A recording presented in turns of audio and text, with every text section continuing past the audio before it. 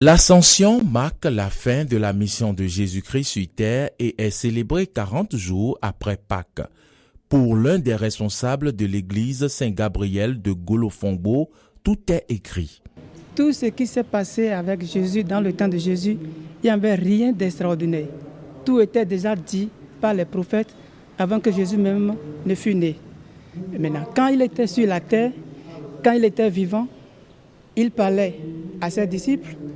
Et quand le jour où il devait mourir était venu, il a dit qu'il va mourir, mais le troisième jour qu'il va ressusciter des morts. Et quand il est ressuscité, il était parmi les gens, il est resté parmi ses disciples pendant 40 jours. Et c'est le 40e jour maintenant qu'il est levé au ciel. Et c'est le jour de l'élévation, c'est le jour-là qu'on est en train de célébrer aujourd'hui. C'est le jour-là que nous appelons l'Ascension. Selon le chargé de cette paroisse, Jésus n'est pas monté aux cieux en nous laissant comme des orphelins.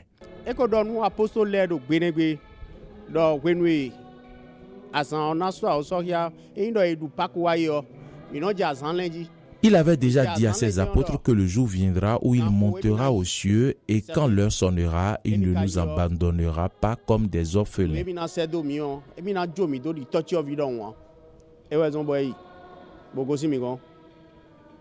Jésus est monté aux cieux et laisse ainsi place à la mission du Saint-Esprit. Mais quelle attitude adopter alors en tant que fidèle du christianisme céleste pour le recevoir à Pentecôte? Tous les fidèles célestes doivent être purs de cœur et se consacrer dans un temple à la prière sans avoir de mauvaises pensées. En ce moment-là, ils pourront recevoir l'Esprit Saint. Il ne reste donc qu'aux fidèles d'adopter l'attitude qu'il faut pour la marche vers Pentecôte.